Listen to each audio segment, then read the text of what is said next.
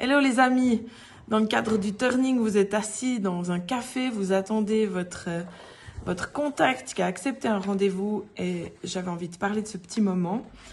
Ce petit moment où vous êtes venu avec un cahier du pré-discipulat du turning, volontiers en 2 exemplaires, un pour vous et un pour votre contact. Il appréciera suivre là où il en est. Et j'avais envie de vous parler de ce petit cahier parce que c'est comme une colonne vertébrale de votre rendez-vous d'1 heure dans un café qui se compose de 4 parties. Donc il y a la première partie qui est finalement le but et objectif de la session. C'est ce qui va vous donner un peu le sens de la rencontre. La deuxième partie, c'est trouver du sens cette fois-ci au cheminement, c'est-à-dire c'est un petit peu de voir comment est-ce que le développement spirituel s'est passé entre la dernière fois et puis le rendez-vous que vous avez. La troisième section, c'est comprendre la foi, donc ça c'est la partie un petit peu théologique et puis vous verrez c'est rempli que de questions parce que l'idée c'est que les gens ils puissent cheminer, réussir à comprendre et avancer avec ces questions-là. Plus les gens tombent amoureux de la parole de Dieu et la lisent tout seuls et se débrouillent, plus ils ont des chances de grandir vite et rapidement. Et puis, la 4e et dernière section, en fait, c'est un mode de vie intentionnel, c'est-à-dire on aide et on encourage les gens à devenir matures en Christ, à pouvoir redonner à d'autres et puis avoir un style de vie incarné.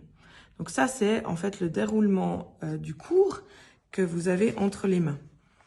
L'idée, c'est vraiment de provoquer une réflexion, un avancement dans la vie de ces gens. Pour pouvoir bien vivre ce cours, il vous faut 8 compétences. La première, c'est la patience, les amis. Patience parce qu'on n'existe pas dans leur vie pour l'instant, figure pas dans leurs priorités.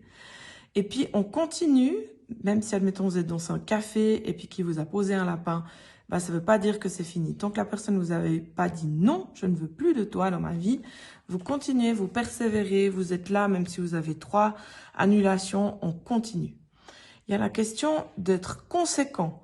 On doit assumer ses rendez-vous, ne jamais annuler, sauf s'il y a un tremblement de terre. Mais sinon, vous êtes là, vous êtes présent. Il faut être tenace ou persévérant, déterminant.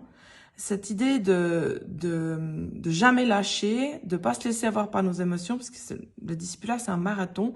Ça peut être des fois un peu épuisant, fatigant et usant, mais de se dire, mais non, mais on a un objectif. Ce qu'on veut, c'est avoir des enfants spirituels. Vous vous rappelez, j'ai parlé de la famille, j'en parle souvent.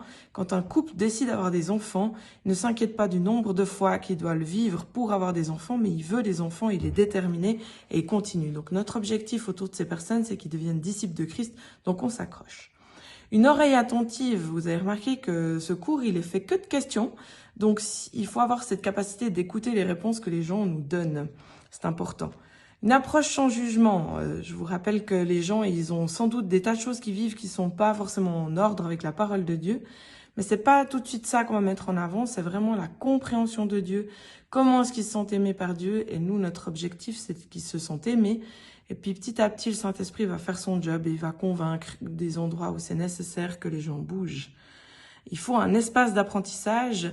Une des réflexions qu'on se faisait dernièrement avec l'équipe discipulat du Turning, c'est que quand on va faire une prêche, on est convaincu parce qu'il y a différents événements dans notre vie qui a fait qu'on en est arrivé là. Mais ce qui fait qu'on est arrivé là, c'est l'expérience qui fait que ça devient une conviction. Donc on crée pour ces jeunes apprentis des espaces d'apprentissage où ils peuvent découvrir les valeurs de la Bible. La prière en 6e point, c'est super important de prier pour ces personnes parce que c'est un vrai combat spirituel qui puisse grandir en Dieu. Le 7e, c'est en fait la construction d'une relation de discipulat. On développe une amitié avec ces personnes, mais c'est surtout un style de vie dans lequel on aimerait qu'ils arrivent, où ils sont responsables de leur propre cheminement personnel et en plus de pouvoir annoncer et partager ce qu'ils vivent à d'autres, des disciples qui font des disciples, toujours sur 2 générations. Et puis notre objectif à nous en 8, c'est vraiment qu'ils deviennent disciples de Jésus, pas forcément disciples de notre Église. L'essentiel, c'est vraiment qu'ils deviennent matures en Christ. Bon discipulat.